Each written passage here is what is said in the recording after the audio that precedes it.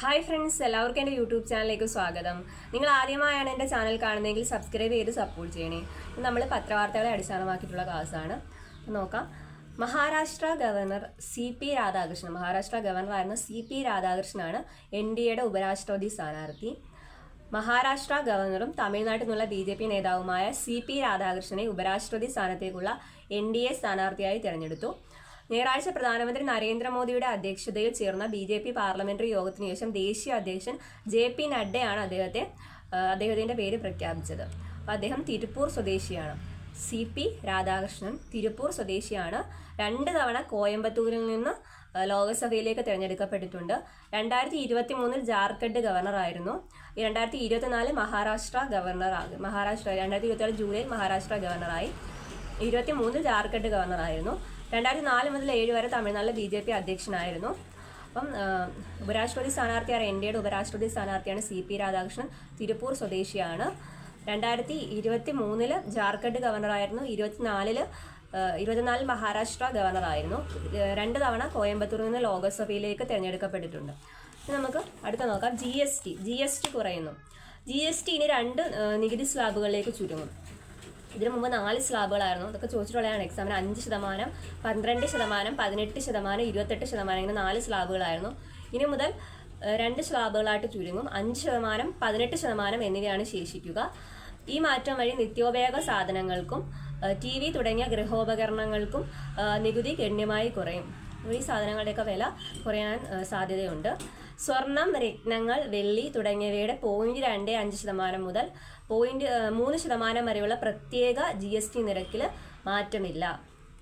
ഇനി മുതൽ നികുതി GST സ്ലാബുകൾ 2ആയിട്ട് ചുരുങ്ങും. 5%, 18% എന്നിവയാണ് ശേഷിക്കുന്നത്.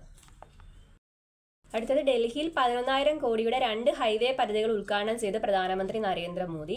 ഡൽഹിയിൽ 11,000 കോടി രൂപ ചെലവിൽ ഗതാഗതക്കുരുക്ക് കുറയ്ക്കാൻ ലക്ഷ്യമിട്ട് നിർമ്മിച്ച 2 എക്സ്പ്രസ് ഹൈവേകൾ പ്രധാനമന്ത്രി നരേന്ദ്രമോദി ഉദ്ഘാടനം ചെയ്തു. Urban extension road 2, Dwarka express വേയുടെ ഡൽഹി ഭാഗം എന്നീ പദ്ധതികളാണ് ഉദ്ഘാടനം ചെയ്തത്.